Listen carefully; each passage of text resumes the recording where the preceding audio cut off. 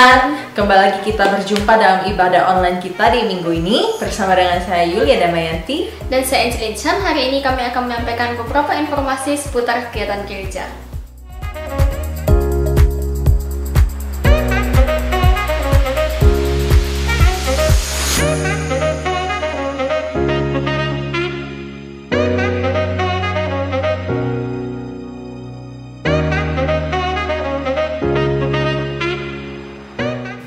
Berikut adalah jadwal ibadah online service yang akan diadakan live di channel YouTube Psalm 21 Church.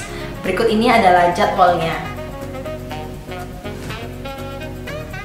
Pada hari Senin pada pukul 7 sore akan diadakan online on fire dengan topik pembahasan multi-level blessing.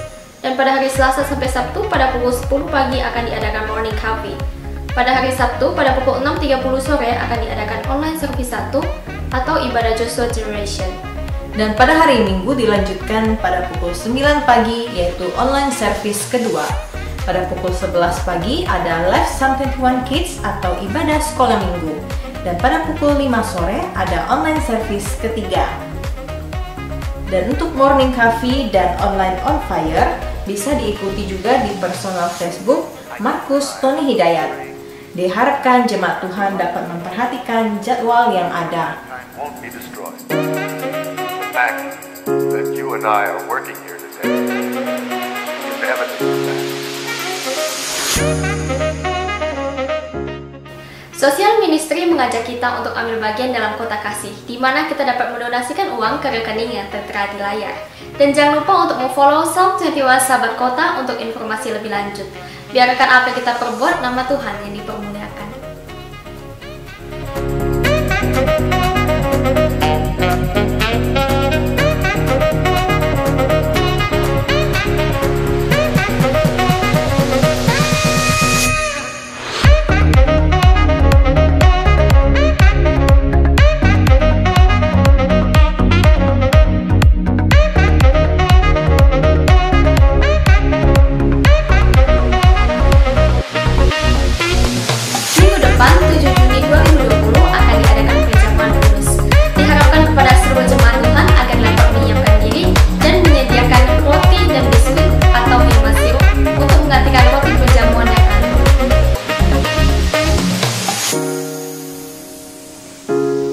Jemaat Tuhan, bagi Anda yang rindu untuk memberikan persembahan Anda atau persembahan persepuluhan Anda dapat mentransfernya ke rekening yang tertera di bawah ini atas nama Yayasan Mazmur 21 dan juga dapat melalui scan barcode di platform QR Code yang tersedia.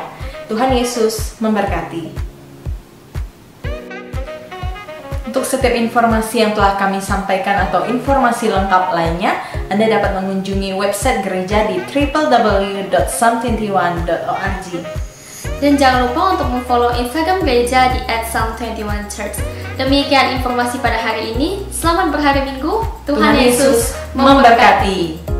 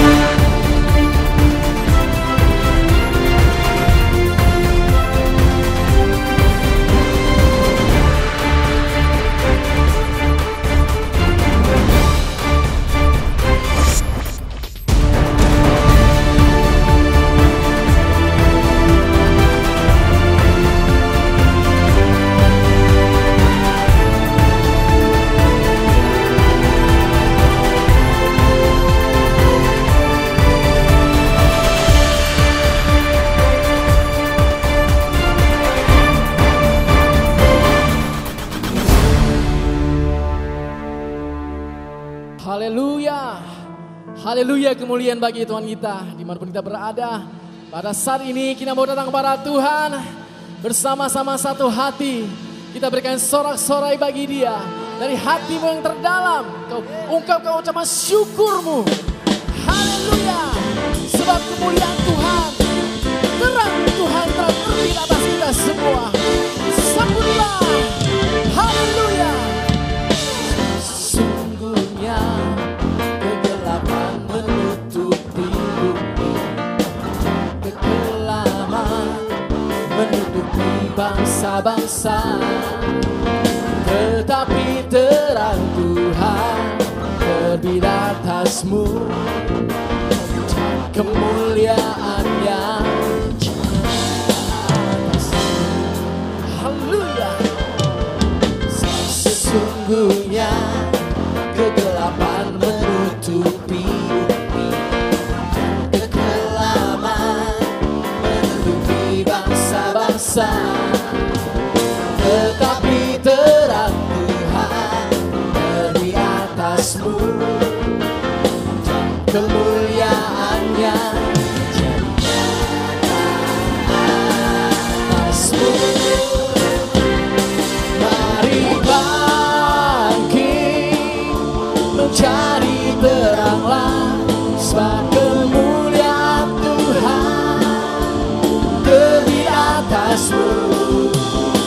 Bangkit mencari penuai, ini saatnya menuai jiwa-jiwa. Kemuliaan-Mu Tuhan terbit atas kami. Sebab sesungguhnya kegelapan menutupi bumi, dan kekelaman menutupi bangsa-bangsa, tetapi terang Tuhan lebih atasmu, kemuliaannya jadi atasmu. Mari bangkit mencari teranglah, sebab kemuliaan Tuhan terbit atasmu.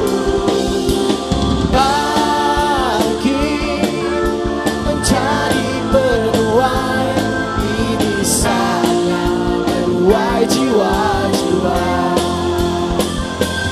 Mari bangkit mencari teranglah, sebab kemuliaan Tuhan terbit atasmu.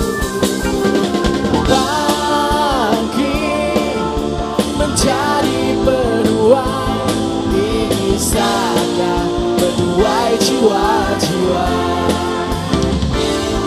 Ini saatnya menuai jiwa-jiwa. Ini saatnya, ini saatnya, ini saatnya, ini saatnya menuai jiwa-jiwa.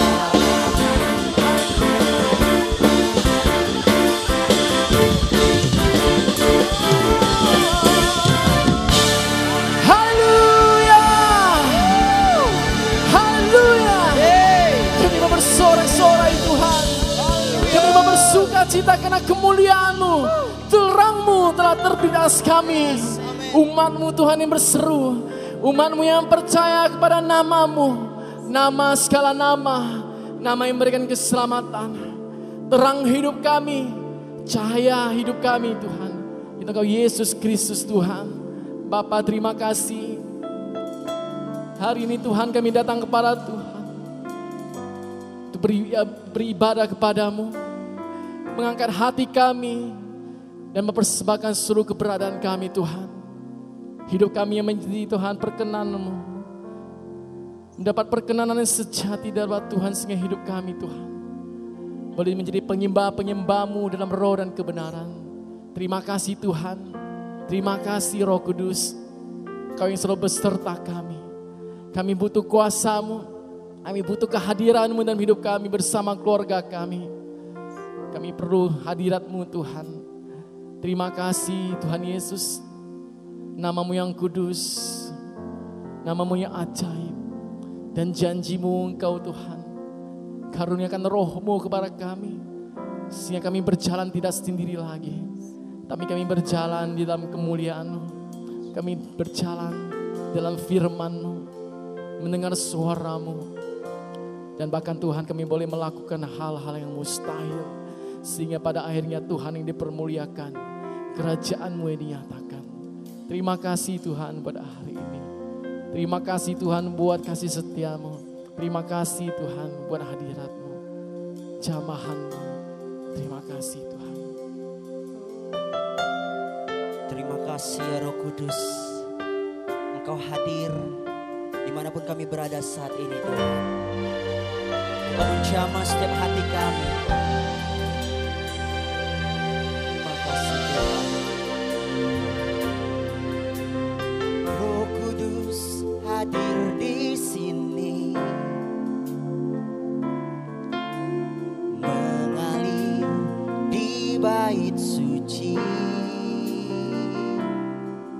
Perkara ajaib pun terjadi, kuasa mujizat nyata, karena Roh Allah sedang bekerja. Roh Kudus hadir di sini, mengalir di bait suci. Perkara ajaib pun terjadi, kuasa mujizat nyata, karena Roh Allah sedang bekerja. Tiada yang mustahil dan tiada yang sukar bila Roh Allah turut bekerja. Tiada yang mustahil bagi orang percaya, karena Roh Allah turut bekerja di antara kita. Terima kasih. Haleluya. Roh Kudus hadir di sini, kau mengalir di bait suci. Perkara ajaib pun terjadi, kuasa mujizat nyata, karena Roh Allah sedang bekerja. Tiada yang mustahil dan tiada yang sukar bila Roh Allah turut bekerja. Tiada yang mustahil bagi orang percaya, karena Roh Allah turut bekerja di antara kita.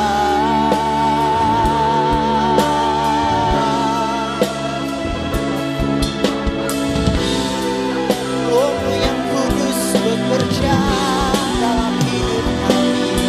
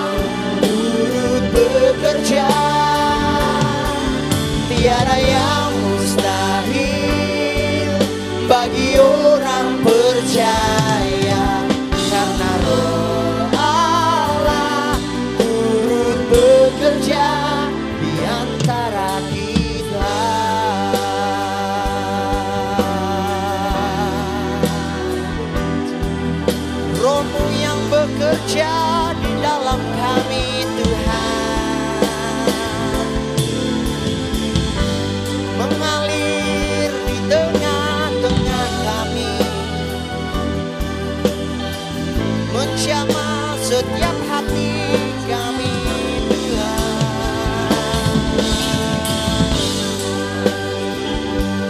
Kuasa mujizat-Mu nyata terjadi ketika Roh bekerja. Jamahlah kami, penuhi kami Tuhan. Terima kasih Tuhan. Haleluya. Yesus, dimanapun kami berada, Roh-Mu bekerja Tuhan. Kau bekerja Tuhan. Roh Kudus,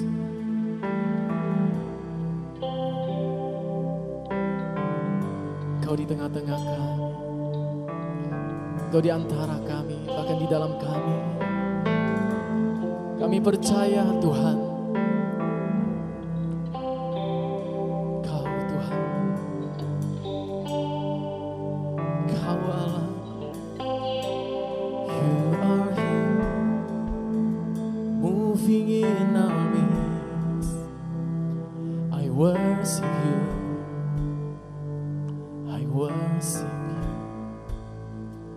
You are here, working in this place. I worship you, I worship you. You are here, moving in our midst. I worship you, I worship you. You are here, working in this place. I worship you, I worship you.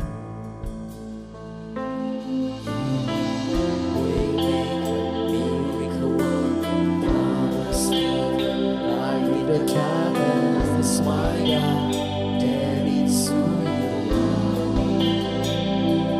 You are waymaker, miracle worker, promise me. Light in the darkness, my God, that is who you are. You are here, touching every heart. I worship you, I worship you. You are here, healing every heart. I worship you, I worship you. You are here, turning lives around. I worship you, I worship you. You are here, mending every heart. I worship you, I worship you. You are waymaker, miracle worker, promise keeper, light in the darkness, my God, that is who you are. You are waymaker, miracle worker, promise keeper, light in the darkness, my God, that is who you are. That is who you are. That is who you are. That is who you are.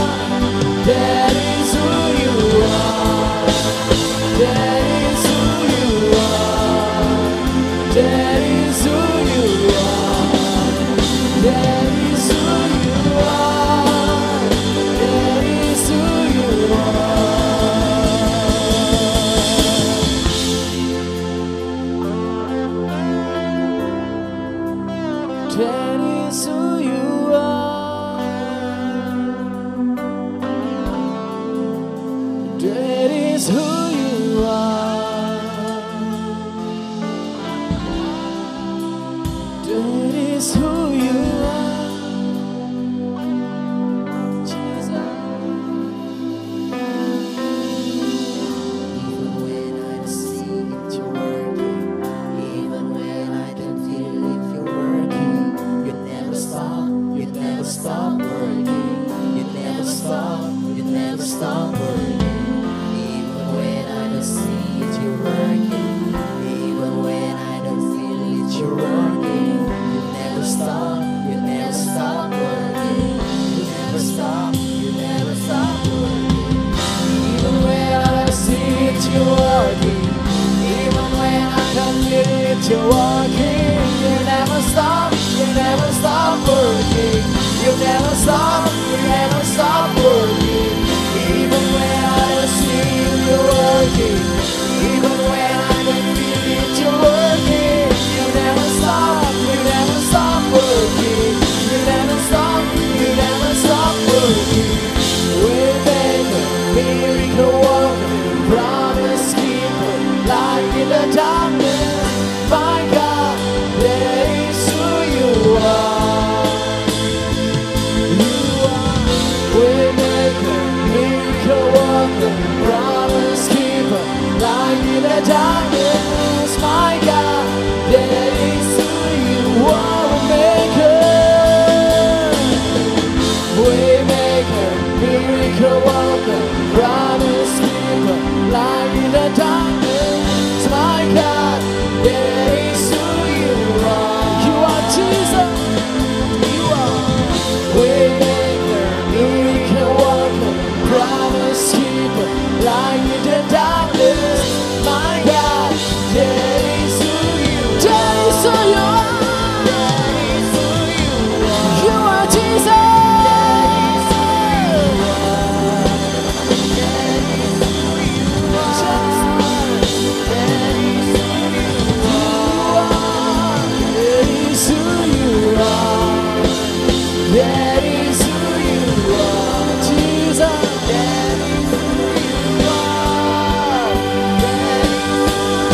are.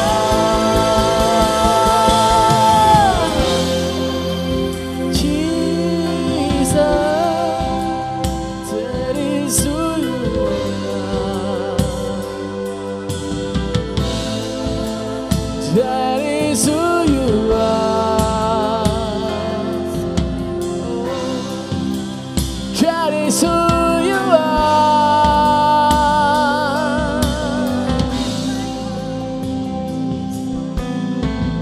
Even when I don't see it, you're working. Even when I don't feel it, you're working. You never stop working. You never stop working. Even when I don't see it, you're working. Even when I can't feel it, you're working. You never stop working. You never stop working. Even when I don't see it, you're working. Even when I can't feel it, you're working. You never stop working. You never stop working. Even when I don't see it, you're working. Even when I can't feel it, you're working. You never stop working. You never stop working. Waymaker, miracle worker, promise keeper, light in the darkness. My God, that is who you are. You are waymaker, miracle worker, promise keeper, light in the darkness. My God, that is who you are.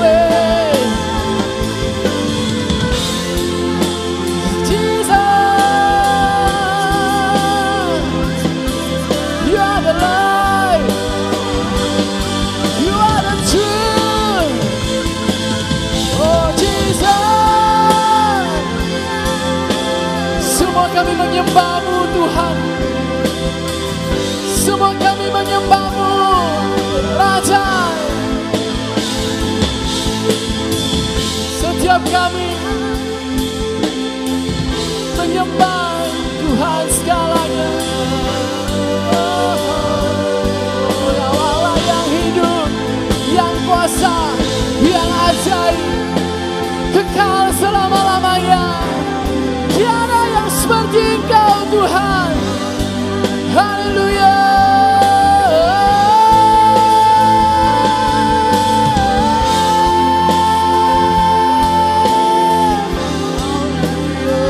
My God, that is who you are. My Lord, my King, my Christ. We call your name, Jesus.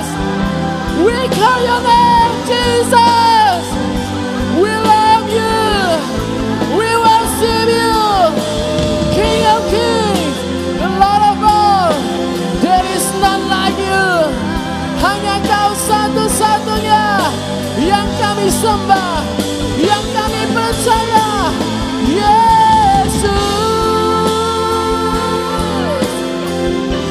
Tuhanku, Allahku, Rajaku. Haleluya.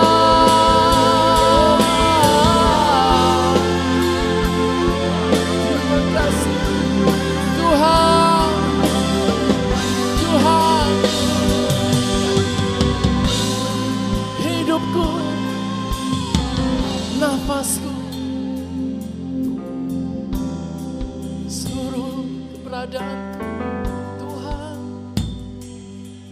Tuhan. You are God.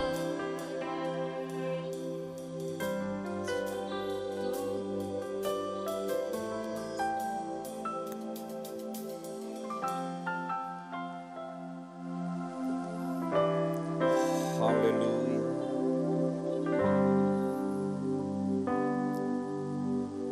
Bapak, suatu kebanggaan buat umat-Mu di mana masih diberi kesempatan untuk kami berfellowship, bersekutu bersama-sama, dan kami menyadari di dalamnya Tuhan hadir, dan disitulah terjadi penyembahan, ada penyatuan hati kami, jiwa kami, dan tubuh kami dalam persekutuan dengan keilahian-Mu. Sehingga Roh-Mu bekerja, Roh-Mu mencerahkan hati kami, dan Roh-Mu juga yang akan menstimulasi seluruh organ tubuh kami, sehingga otak kami dapat bekerja dan cerdas di dalam menyikapi segala sesuatu yang kami hadapi di dalam perjalanan hidup ini. Bapa, terima kasih buat kemurahan-Mu. Bapa, terima kasih untuk kebaikan-Mu yang telah Engkau jadikan bagi kami. Sehingga tidak ada kata yang lebih baik. Hanya satu, rasa syukur kami kepadamu ya Bapa.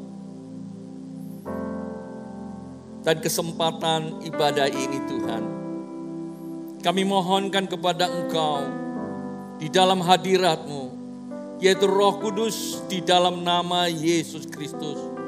Tolong kami, ajar kami, kerjakan segala sesuatu seturut dengan kehendak-Mu ya Bapa. Manakala hamba-Mu yang Kau percayakan untuk menyampaikan isi hati-Mu, yaitu pikiran-Mu sendiri, urapan-Mu turun atas hamba-Mu. Dan urapan-Mu juga turun atas seluruh sistem peralatan yang kami pergunakan untuk memediasi firman-Mu sampai kepada jemaat Tuhan. Dan dimanapun mereka berada, tentulah hadirat-Mu mengurapi mereka supaya mengerti firman Tuhan. Dan mereka diberikan kesetiaan untuk mendengar, mengerti, dan dapat mendefinisikan di dalam kehidupan masing-masing. Lebih daripada itu, mereka dapat mengaplikasikannya di dalam kehidupan dengan cara sesuai dengan gaya yang menyusun strategi bagi kehidupan, sehingga pada akhirnya dan ujung-ujungnya jemaat Tuhan mencerminkan kemuliaan Tuhan. Terima kasih Bapak. Silakan Kau ambil alih. Dalam nama Tuhan Yesus kami berdoa. Amin. Haleluya. Shalom Bapak Ibu yang dikasihi Tuhan dimanapun Anda berada. Pastikan semua dalam keadaan baik, dalam pemeliharaan Tuhan. Tetap tingkatkan iman, berbagi kasih di dalam Kristus. Kembali kita ibadah hari ini, hari Minggu. Tentu sangat berbahagia sekali bersama dengan kawan-kawan kita yang melayani kita. Pression worship yang diurapi Tuhan. Terima kasih untuk Pastor Andi beserta kawan-kawannya, para pemusik. Silakan duduk kembali dan mengikuti ibadah ini. Baik Pak Bu, kita akan belajar sama-sama firman Tuhan hari ini. Pak Bu, masih ingat minggu lalu kita belajar apa sama-sama di sini?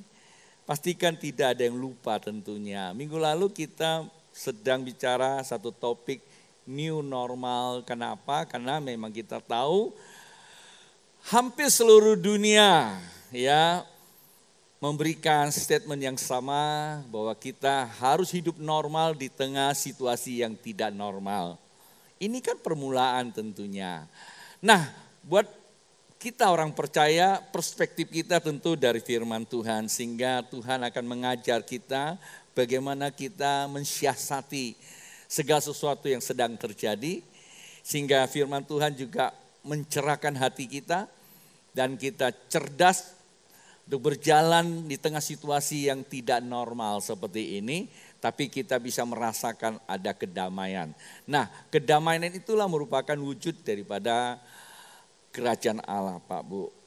Nah, itulah sebabnya saya sedikit mereview kembali apa yang dikhotbahkan minggu lalu, baru saya masuk kepada khotbah minggu ini, karena ini satu kesatuan ya. Sebab itulah saya diizinkan untuk menyampaikan firman Tuhan untuk kita sama-sama belajar. Mohon Roh Kudus tolong kita. Bagaimana kita bisa hidup di tengah situasi yang tidak terlalu nyaman tentunya ya. Di mana-mana sama, saya tidak masuk terlalu dalam. Maka Alkitab berkata minggu lalu yang kita renungkan sama-sama, yaitu Alkitab berkata, hendalah engkau baik-baik dan sehat-sehat saja. Itu pernyataan firman Tuhan. Artinya Pak Bu, ya Yohanes mengatakan, Yohanes melihat sebuah situasi akan terjadi. Dia katakan, hendalah engkau baik-baik, sehat-sehat saja. Kenapa itu dikatakan? Karena di situ ada kalimat yang berikutnya, dalam segala sesuatu. Nah, disinilah Pak Bu, segala sesuatu memang tidak disebutkan. Artinya segala sesuatu ya termasuk hari ini kita sedang menghadapi situasi yang kurang nyaman. Kalau saya boleh menggunakan istilah kurang nyaman. Iyalah, mau keluar saja kita nggak nyaman. Mau apa-apa saja rasa nggak nyaman. Tapi kalau kita bisa siasati, itulah sebuah gaya baru, itulah budaya baru, ya lama-lama nyaman juga gitu loh ya. Nah orang percaya begitu, bukan diomelin, bukan digurutuin, bukan kita bersungut-sungut. Justru kalau kita bersungut-sungut kerugiannya besar loh Pak Bu. Ya akan mempengaruhi psikologi kita, kejiwaan kita maksud saya. Nah itulah sebabnya kita bisa baik-baik sehat-sehat. Ukuran kita bukan segala sesuatu yang sedang terjadi. Itu bukan isu utama. Itu dinamika kehidupan. Namanya kehidupan pasti akan melintasi hal seperti itu. Tetapi firman Tuhan mengatakan, hendalah engkau sama seperti jiwamu. Nah ini dia. Ini yang menjadi isu penting buat Bapak Ibu yang akan terus saya jelaskan, detilkan kata jiwa ini. Jiwa inilah yang pegang peran bagi setiap kita. Kalau jiwa ini bermasalah, tentulah hidup kita akan bermasalah di tengah kehidupan yang memang sedang bermasalah. Nah, itulah sebabnya dikatakan bahwa hendaklah sama seperti jiwa. Nah, saya kalau boleh menggunakan sebuah perumpamaan, jiwa ini adalah sebuah kendaraan. Ya, artinya kita hidup di dalam kendaraan ini. Kalau kendaraan ini baik, pastilah hidup kita di tengah kehidupan yang sedang digoncang itu, ya kita tetap akan baik. Pak Bu, saya akan menggunakan satu kisah untuk memperjelas khotbah saya, untuk masuk ke khotbah hari ini akan lebih nyambung gitu.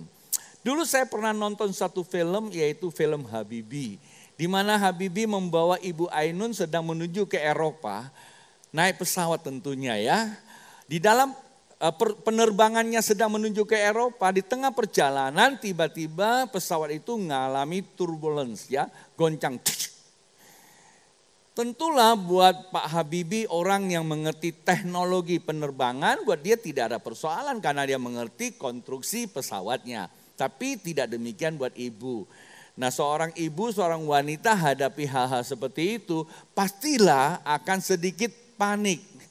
Biasa orang udah panik, gagap, gugup. Tapi ibu ini enggak gagap, dia hanya panik sedikit. Dalam gambaran film itu, narasinya seperti gini. Dia berkata, "Pak, gimana kita ini?" Dia tanya Pak Habibie, "Ada apa ya Bu? Kita jatuh enggak?" "Ya enggak lah." Ya kan?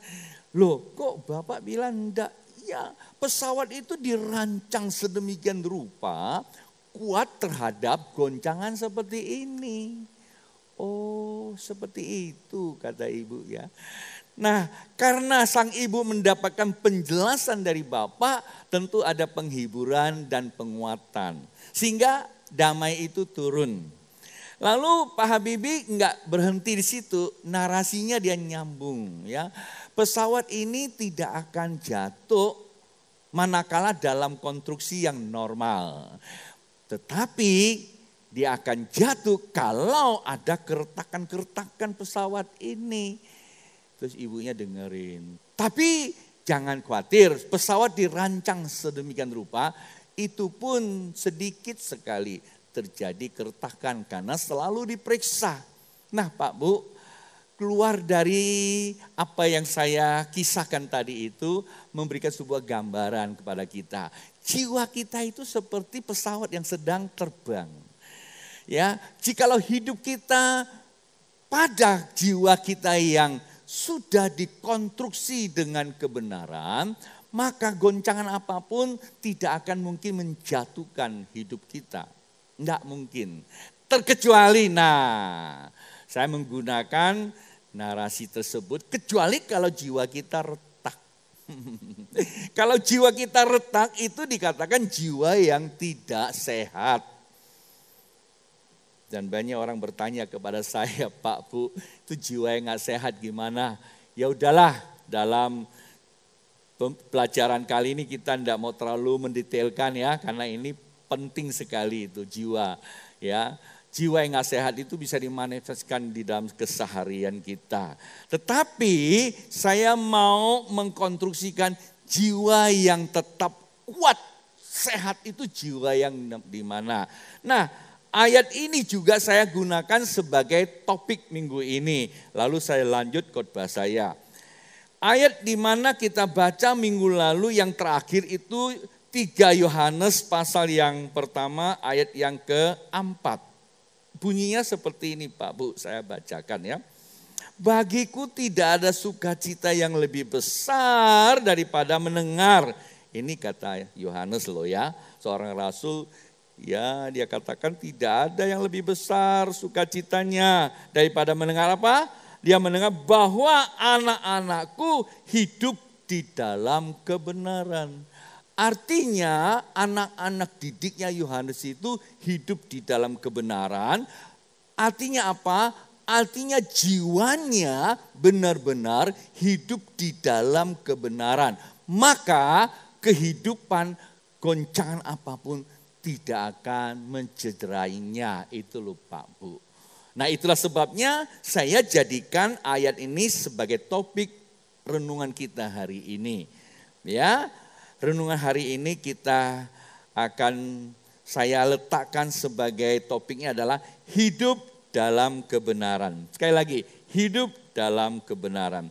Pak Bu, hidup dalam kekayaan itu nggak salah lah. Hidup di dalam kemewahan juga nggak salah lah. Hidup di dalam kekuasaan juga nggak salah lah.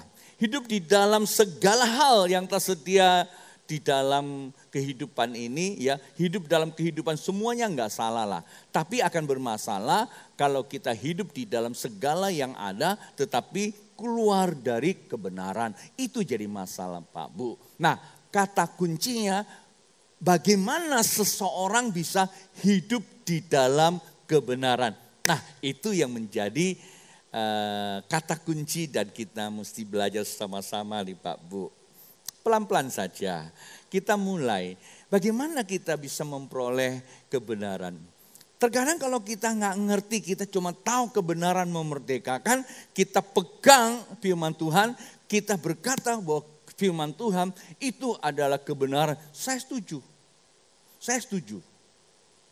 Tetapi pertanyaannya bukan pengakuan kita saja, tetapi bagaimana kebenaran itu benar-benar dimanifestasikan di dalam kehidupan kita. Itu kan terpenting.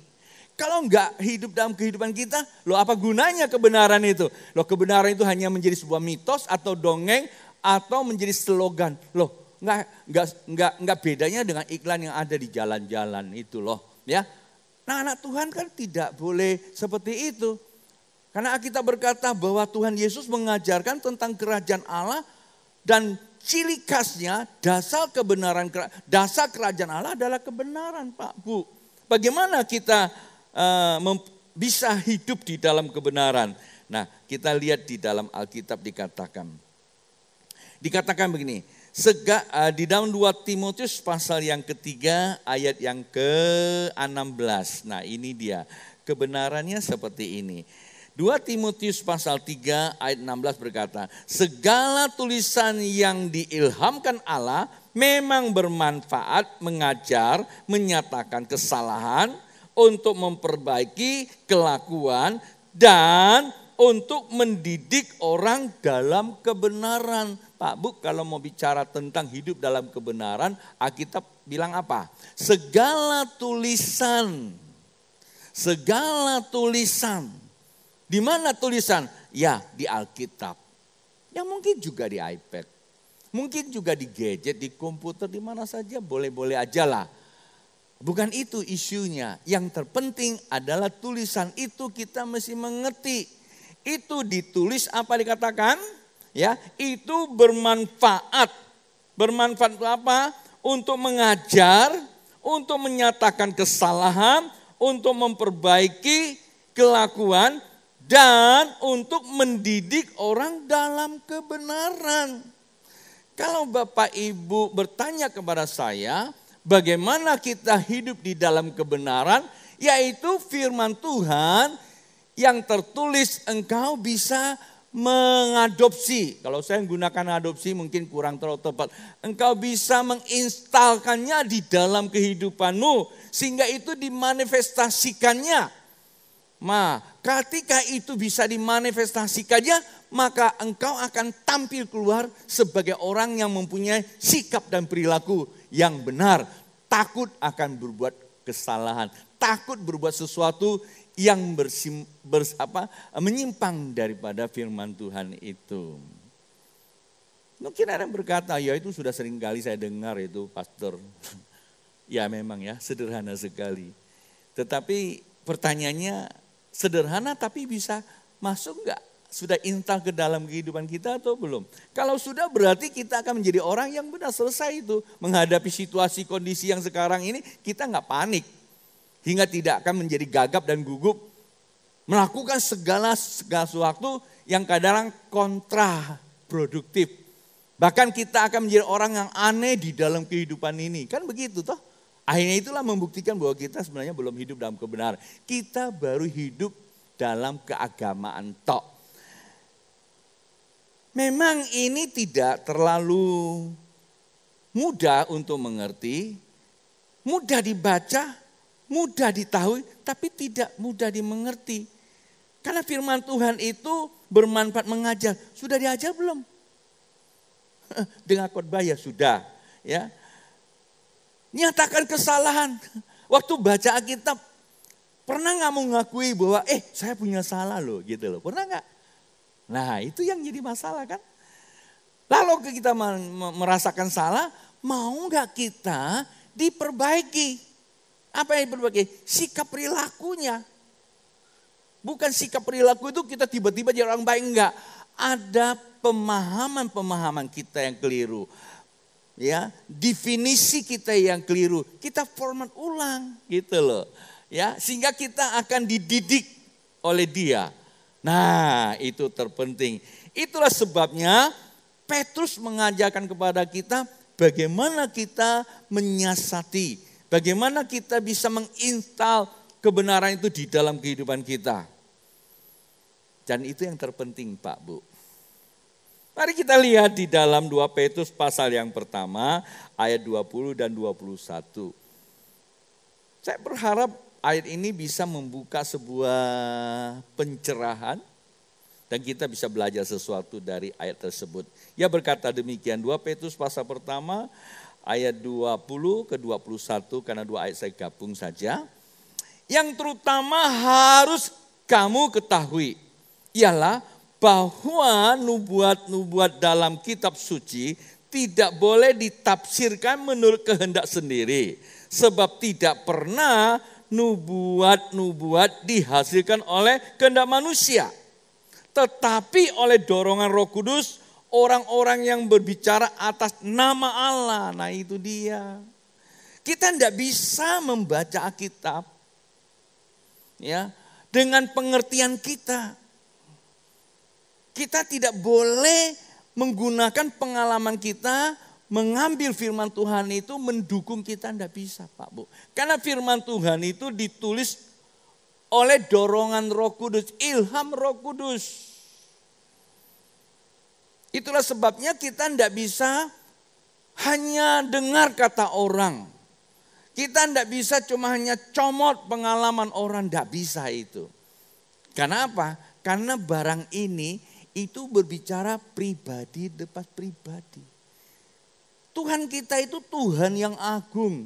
Tuhan yang selalu datang kepada setiap pribadi Pak Bu.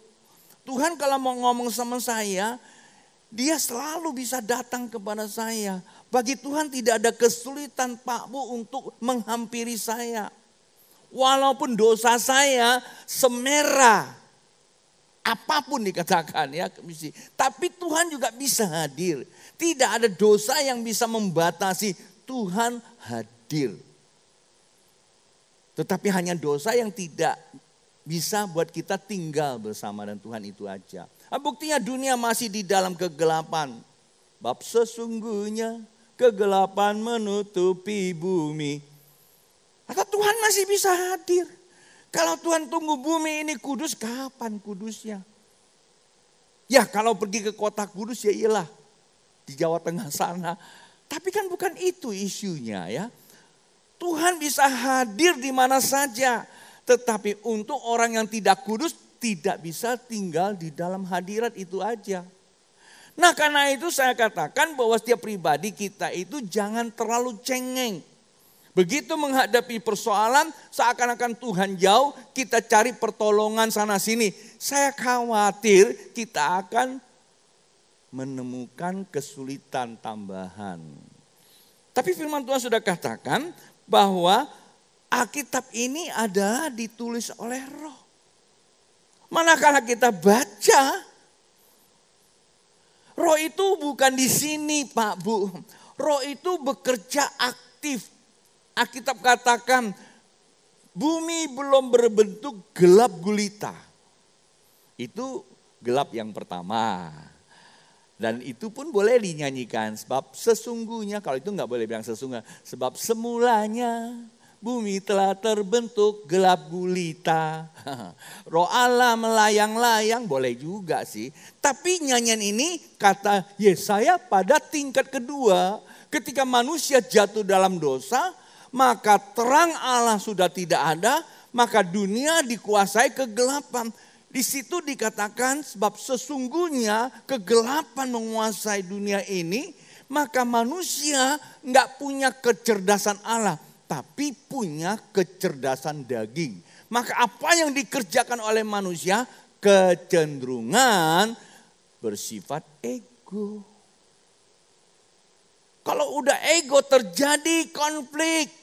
Pak Bu, kalau Bapak Ibu mengikuti kondisi kekinian.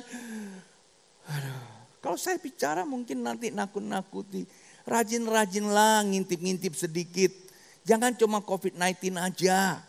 Bangsa kita cukup gape loh, kami orang Indonesia bilang, untuk mengatasi. Ya, memverifikasi dan mengkonstruksi kembali bagaimana supaya masyarakat bisa mengalami hidup yang normal di tengah yang tidak normal. Tapi di luar sana sudah ada lagi yang nyusul Pak Bu. Selain ekonomi, politik tentunya. Doalah ya, supaya jangan jatuh dalam jeratan. Tapi ya saya mau katakan kepada kita semua, waktu kita baca Alkitab, waktu kita sedang baca dengan suara yang bisa kita dengar, sebenarnya kita sedang mendengar Roh Tuhan itu sedang berbicara sama kita. Nah karena itu Petrus mengajarkan kepada kita di ayat ke-19 yang cara kita untuk membaca, cara kita mengintal firman Tuhan itu ke dalam diri kita, yaitu di ayat yang ke-19. Saya sengaja memang taruh di sini supaya landing kita itu bagus ya. Tadi saya katakan firman Tuhan tertulis, kalau kita baca Alkitab sebenarnya kita sedang berfellowship dengan Roh Kudus. Maka kita bisa berkata, Roh Kudus bawalah aku lebih dalam masuk hadirat-Mu. Oh luar biasa Roh Kudus yang manis. Ya tadi ada lagunya, nanti kita nyanyi ya lagu yang itu. Lalu di ayat yang ke-19 berkata demikian, dengan demikian kami makin diteguhkan oleh firman yang telah disampaikan oleh para nabi. Para nabi tadi itu menyampaikannya karena apa? Dorongan Roh Kudus Pak Bu. Kalimat berikutnya, alangkah baiknya, perhatikan kalimatnya, alangkah baiknya kalau kamu memperhatikannya sama seperti memperhatikan pelita yang bercahaya di tempat yang gelap sampai fajar menyingsing dan bintang timur terbit bersinar di dalam hatimu. Firman Tuhan itu bukan dibaca sebagai baca komik. Kadang-kadang kita baca komik aja ada daya tarik loh. Kalau kita baca novel juga ada daya tariknya kan juga kan. Tapi itu sebuah spirit yang tidak baik sebenarnya. Tapi kalau kita membaca Alkitab, itu narasi daripada tulisannya kita bisa perhatikan. Waktu kita baca dengan suara yang tegas, suara itu akan mengkondisikan pikiran kita. Waktu kita sedang berpikir tentang apa yang tertulis, sesungguhnya kita sedang melihat Roh Kudus itu yang tidak kelihatan oleh mata jasmani, tapi bisa dilihat oleh mata iman. Yang itu disebut mata batin. Banyak orang bertanya-tanya sama saya, Pastor, mata batin itu apa? Mata batin itu adalah pikiran kita, akal budi kita. Coba Anda search di Kamus Bahasa Indonesia. Akal budi itu menjadi apa? Menjadi cangkang. Menjadi apa? Menjadi kata sambung daripada batin. Jadi waktu kita baca, akal budi kita sedang bekerja, kita sedang melihat. Melihat siapa? Melihat Roh Kudus, Roh Allah yang hadir di tengah-tengah kita, yang gak bisa dilihat oleh mata jasmani. Roh Kudus hadir melebihi pada virus COVID-19 Pak Bu. Kita pakai masker, belum tentu dia ada. Tapi Roh Kudus nggak bisa kamu maskerkan. Dia selalu hadir. Sebab itulah Daud berkata, kemana aku bisa mensembunyikan diriku dari hadirat-Mu Roh Kudus. Di tempat orang mati pun Engkau ada. Itulah Roh Kudus, belum diangkat Pak Bu. Nah itulah sebabnya Petrus mengajar kalau waktu engkau membaca akal budi ini, arahkan kepada dia, maka disitulah engkau sedang menatap dia, melihat dia. Itulah mata batinmu.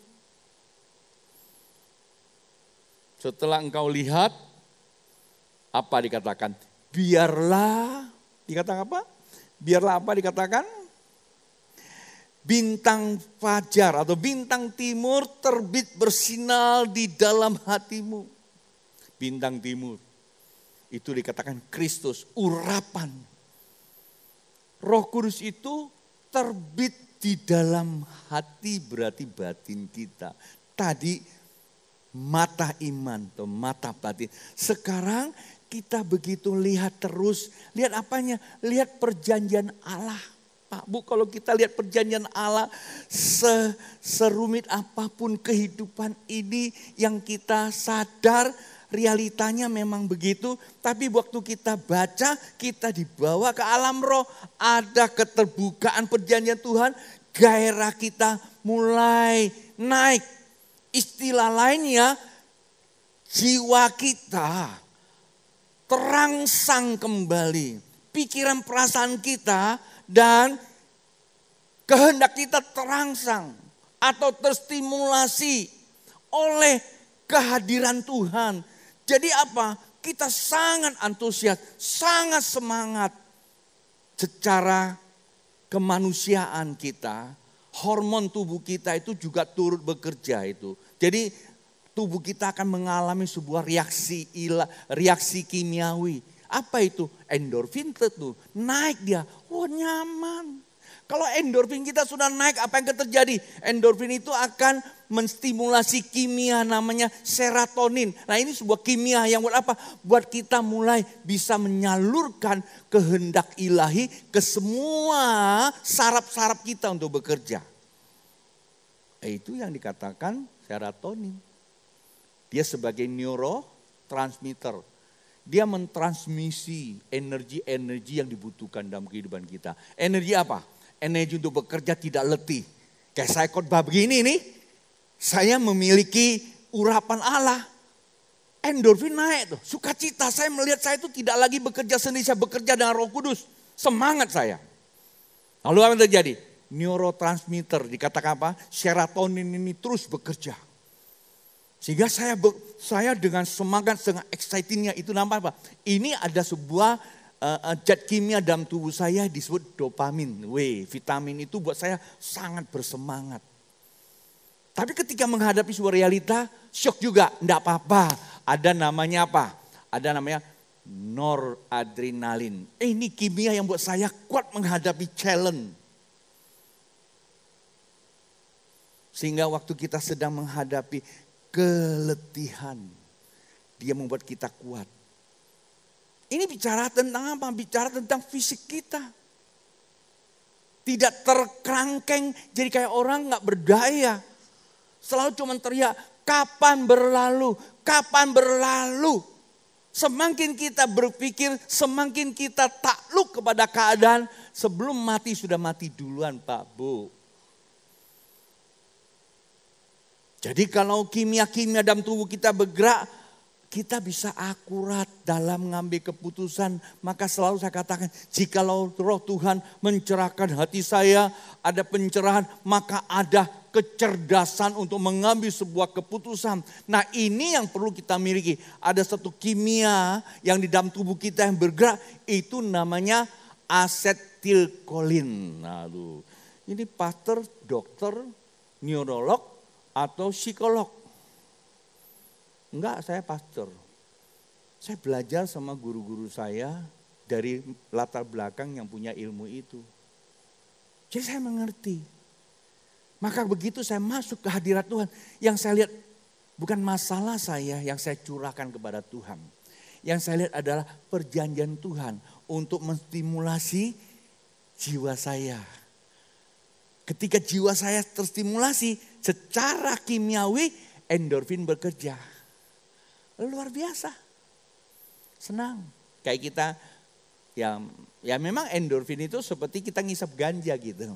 Ya, endorfin kalau bekerja santai, aduh, ya kan? Kalau dia sudah bekerja, kalau kita punya niat untuk sesuatu, maka serotonin bekerja, neurotransmitter bergerak, pasukan-pasukan dalam tubuh kita bekerja. Kalau ada virus mau nyerang kita, maka dia katakan di situ ada noradrenalin, itu akan hajar dia keluar. Kenapa? Dia akan membangkitkan namanya hormon. Ada hormon disebut hormon yang bisa mengalahkan dia. Interferon namanya. Luar biasa.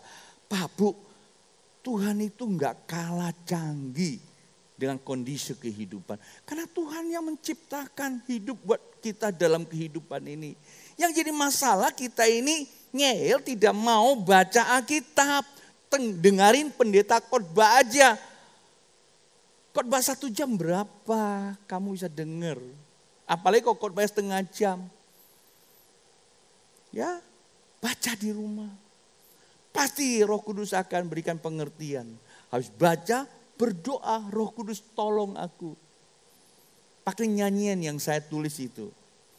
Roh Kudus, bawalah aku lebih dalam, masuk hadirat-Mu. Roh Kudus, pimpinlah aku lebih dalam. Berjalan dalam rencana-Mu. Nah, jadi hari ini renungan kita Pak Bu, ingat, jadi baca Alkitab, kita tidak baca koran, tapi kita baca, kita perhatikan. Sampai Roh Tuhan itu mencerahkan hati kita. Gak apa-apa, gak usah banyak, baca banyak. Jangan punya target baca 1 buku tapi gak ngerti apa-apa. Jangan punya target 1 hari baca 4 pasal tadi gak ngerti apa-apa. Baca saja, selera kita baca, lalu yang terpenting diulang-ulangi. Sampai kita nangkap sesuatu. Lalu menyembah. Kalau saya menggunakan sebuah konstruksi yang simple gitu Pak Bu ya. Saya simpulkan gini ya. Baca, kita mulai memahami. Lalu kita definisikan tuh. Definisi kita aja. Jangan pakai pendeta yang lain. Kalau yang lain kan definisinya susah kan. Coba definisikan firman Tuhan itu dengan cara penangkapan kita.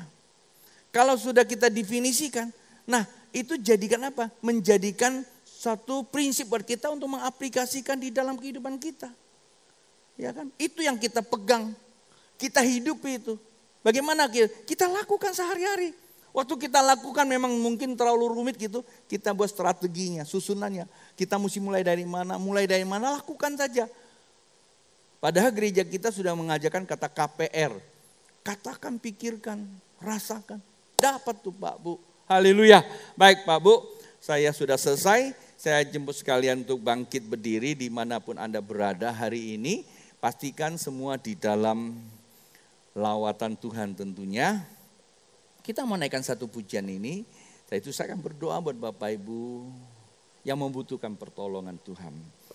Khotbah saya bisa berakhir, tapi Tuhan gak pernah berakhir loh Pak Bu. Ya, walaupun kita berjarak karena distancing. Khotbah saya secara virtual, online service, gak masalah. Yang terpenting Tuhan itu tidak distancing. Tuhan itu tidak berjarak dengan kita. Dia selalu hadir. Tadi ada lagu Roh Kudus ya. Haleluya.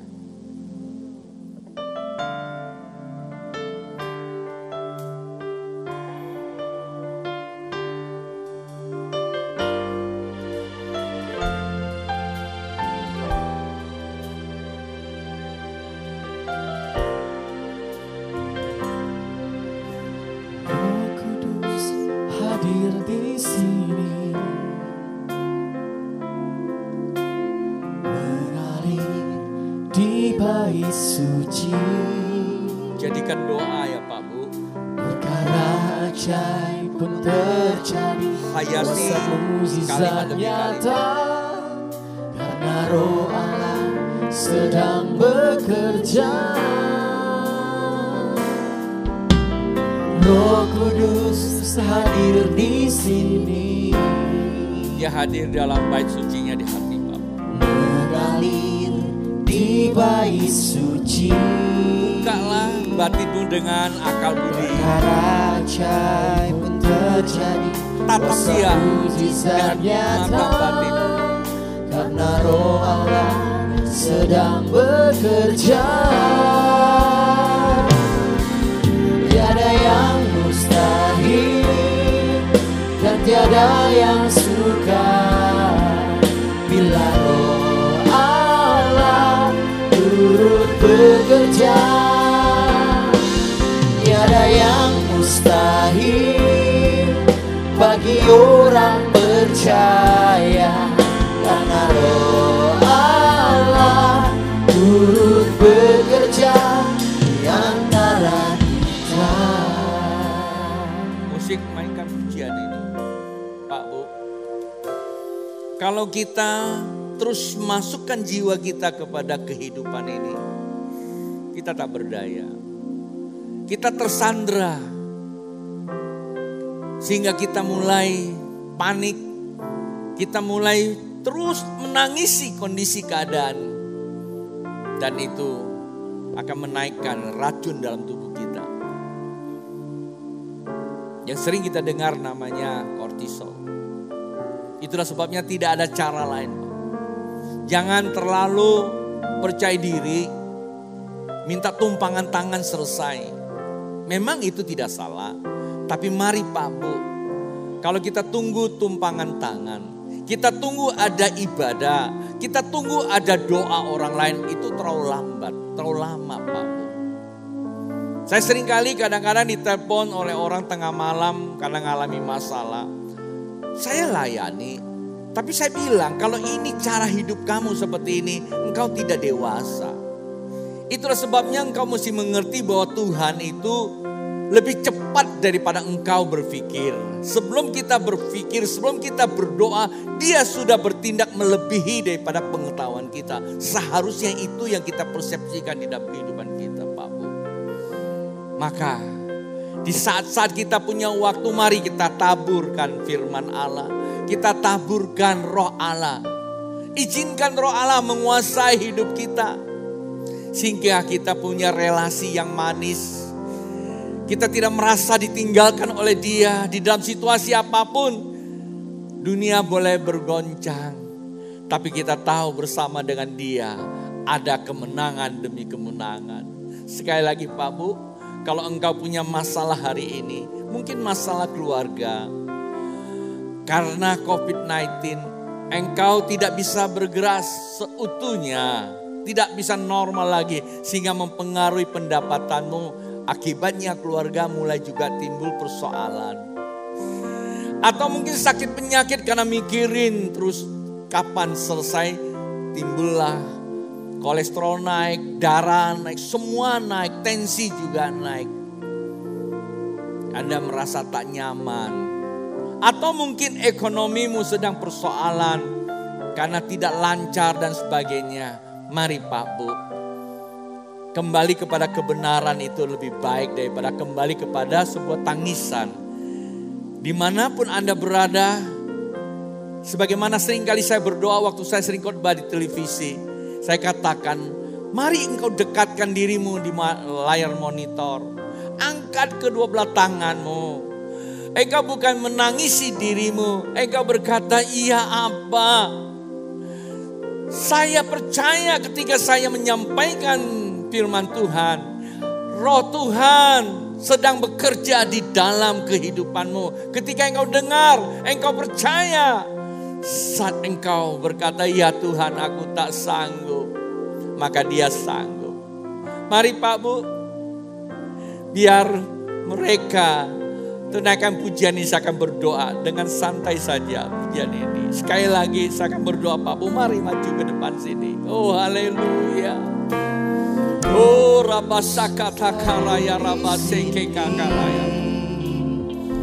Sekaraya rabasakata karaya. Mari saudaraku, mari. Dia memanggil kita. Dia tidak pilih-pilih kita. Dengan kasih-Nya, hadirat-Nya datang pada kita. Ada satu bapak kakimu tergelincir bengkak sudah sekian lama. Hari ini Tuhan sedang berperkara dengan Anda. Ada beberapa orang yang telinganya terganggu karena engkau sudah mulai mengalami tingkat stres kamu. Dan matamu berkunang-kunang, ada beberapa orang saya lihat. Dan sekarang saya pun juga berdoa. Tiada yang mustahil dan tiada yang sukar. Yes, kakaraya raba sakata karaya raba sekata karaya raba sakata karaya. Tiada yang mustahil. Haleluya. Bagi Buat Anda yang terlibat hutang, percaya, yang sedang mengalami depresi, sedang mencari jalan keluar. Jalan keluarmu cuma satu, datang pada Tuhan.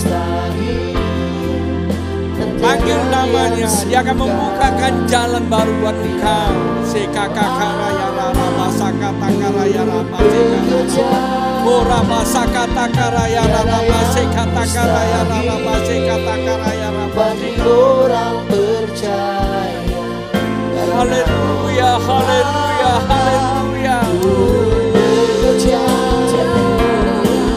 Tiada yang mustahil dan tiada yang sukar. Saya mau sampaikan sesuatu buat jemaat Tuhan. Ada pengurapan baru buat Anda yang dengar hari ini. Begitu Anda percaya, dalam tempo beberapa saat ke depan ada proyek-proyek baru. Dalam situasi seperti ini, tapi ada pekerjaan yang engkau akan mengakui bahwa Tuhan berdaulat dan buat Dia tiada mustahil. Dan buat seorang bapak yang nyaris hari-hari ini sedang menangisi keadaan, bahkan merasa hidup ini sudah tidak ada artinya. Dengar ya, semakin kau banyak berpikir, semakin dalam engkau terjerat. Tapi mari hari ini panggilan Tuhan itu jelas. Semua sujud di hadapan Dia. Bapa Sorgawi,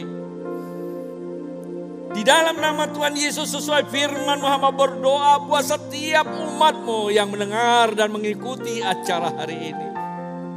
Hamba-Mu tidak dapat menjamah mereka, bukan jadi persoalan. Firman-Mu jelas, tidak dibatasi oleh waktu dan keadaan. Sekalipun 2000 tahun lalu Tuhan tuliskan melalui hamba-hamba-Mu, para rasul, para nabi. Tetapi roh yang sama sedang bekerja. Hamba berdoa sesuai dengan konteks dan konten masa lalu. Tetapi Engkau akan memanifestasikan dalam konteks dan konten kekinian buat mereka yang membutuhkan pertolongan-Mu. Jikalau mereka berseru Tuhan, hari ini urapan-Mu atas mereka, jamah mereka. Hai semua jemaat Tuhan, Engkau yang mempunyai kebutuhan terhadap Tuhan, bukakanlah hatimu dengan engkau arahkan pada Dia. Dan sekarang terima kasih karunia Tuhan di dalam nama Tuhan Yesus dicurahkan atas kalian. Horiaraba sakata karayara sekakata karayaraba sotakarayaraba sekakaraba nekalalaba. Ada kebangkitan baru, ada kebangkitan baru, ada kebangkitan baru terjadi atas semuanya. Haleluya. Yang sakit sembuh, segala persoalan sudah ada jawaban. Pak Bu, sebelum kita mengakhiri perjumpaan ibadah ini secara virtual online service, jikalau Bapak Ibu tergerak untuk memberikan persembahan sesuai dengan takaran iman Bapak Ibu, persiapkan, salurkan dengan rekening yang tertera di layar monitormu. Dan saya akan berdoa buat Bapak Ibu. Dan sekaligus sekarang kita bangkit berdiri, kita juga memberkati bangsa kita. Satukan hati.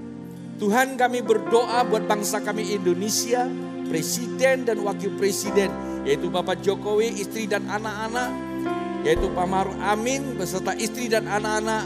Kami minta dalam nama Yesus perlindungan Tuhan atas mereka untuk memimpin bangsa ini. Terlebih lagi para menteri yang sudah Tuhan percayakan bekerja sama dengan Presiden. Berikan mereka hikmat dan kebijakan di dalam mengambil kebijakan ya Tuhan. Dan kami memberkati para lembaga tinggi negara, MPR, DPR, TNI, Polri, Jaksa Tinggi dan Kehakiman. Tuhan berkati mereka dan kepanjangan pemerintah pusat ke daerah yaitu para gubernur, wakil gubernur, bupati, wakil bupati, wali kota, wakil wali kota, camat, lurah, RW, RT. Tuhan berkat-Mu atas mereka. Demikian juga kami memberkati para tenaga medis. Hari-hari ini dihadapkan suatu pekerjaan yang cukup meletihkan, melelahkan dengan kondisi pandemi COVID-19. Berikan mereka kecerdasan, perlindungan atas kesehatan mereka. Hiburkan mereka ya Tuhan. Terima kasih Bapa buat jemaat Tuhan yang sedang bergumul. Baik bagi mereka yang terpapar, terkapar, terisolasi dan karantina. Ada kuasa kesembuhan. Dan jemaat yang perjalanan di dalam segala keadaan. Tuhan memberkati gereja-gereja Tuhan. Tuhan berkati. Dan bagi mereka yang memberikan persembahan, Tuhan memperhitungkan setiap apa yang mereka buat dengan dasar hati yang tulus dari sorga, memperhitungkannya setiap daripada nilai yang diberikannya. Jemaat yang dikasihi Tuhan dan saya kasihi, ibadah kita sudah selesai dan sekarang terimalah berkat dari Bapa Surgawi, cinta kasih Tuhan Yesus Kristus di dalam persekutuan Roh Kudus membawa sekalian dari saat ini sampai Dia datang kedua kali. Yang percaya katakan amin. Haleluya Bapak Ibu yang dikasihi Tuhan. Akhirnya kita juga harus berpisah dan mengakhiri ibadah kita. Tapi pastikan loh Pak Bu ya, tetap ikut online service yaitu online on fire. Hari Senin kita punya sebuah topik yaitu topik yang luar biasa ya. Di mana kita harus mempunyai sebuah dinamika kehidupan yang disebut apa? Multi level blessing. Wih, kayak multi level marketing aja ya. MLB namanya, multi level blessing. Tuhan bicara sama saya pagi tadi. Jadi saya mau bagikan kepada jemaat Tuhan. Selain itu kita juga akan tetap ada di Morning Cafe. Tuhan memberkati. Haleluya. Dadah. Haleluya. Sebab kemuliaan Tuhan, terang Tuhan telah terbit atas kita semua. Sambutlah. Haleluya. Sesungguhnya kegelapan menutupi bumi, kekelaman menutupi bangsa-bangsa, tetapi terang Tuhan terbit atasmu, kemuliaannya haleluya. Sesungguhnya kegelapan menutupi bumi, kekelaman menutupi bangsa-bangsa, tetapi terang Tuhan dari atasmu, kemuliaannya jadi atasmu. Mari bangkit mencari teranglah, sebab kemuliaan Tuhan terbit atasmu.